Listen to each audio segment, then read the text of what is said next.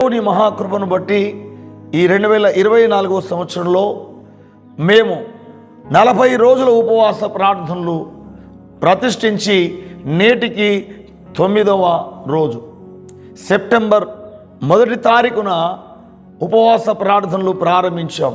ప్రతి రోజు ఉదయం 9 నుండి మరి సాయంత్రము 4 గంటల వరకు 7 గంటల ఉపవాస ప్రార్థన, దేవుని స్తుతించి ఆరాధించడం, అలాగే దేవుని వాక్య ధ్యానము చేయడం, అలాగే అనేక అంశముల కొరకాయి ప్రార్థన చేయడం.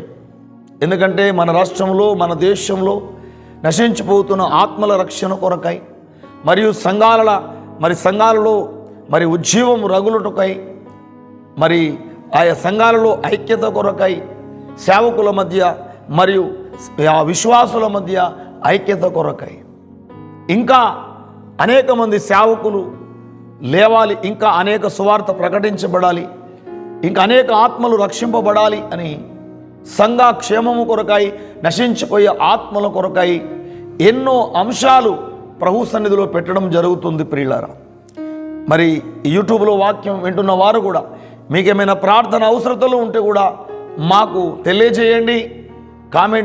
కామెంట్లో కూడా మాకు తెలియచేయండి. మేము మీ కొరకు మీ కుటుంబాల కొరకు ప్రార్థన చేస్తాం. దేవుని మహాకృప ద్వారా ఎన్నో అద్భుతాలు జరుగుతూ ఉన్నాయి. ఎంతోమంది స్వస్థత పొందుతున్నారు. దుష్ట మంత్ర చేతబడి శక్తులతో పీడింపబడిన వారు విడుదల పొందుతున్నారు.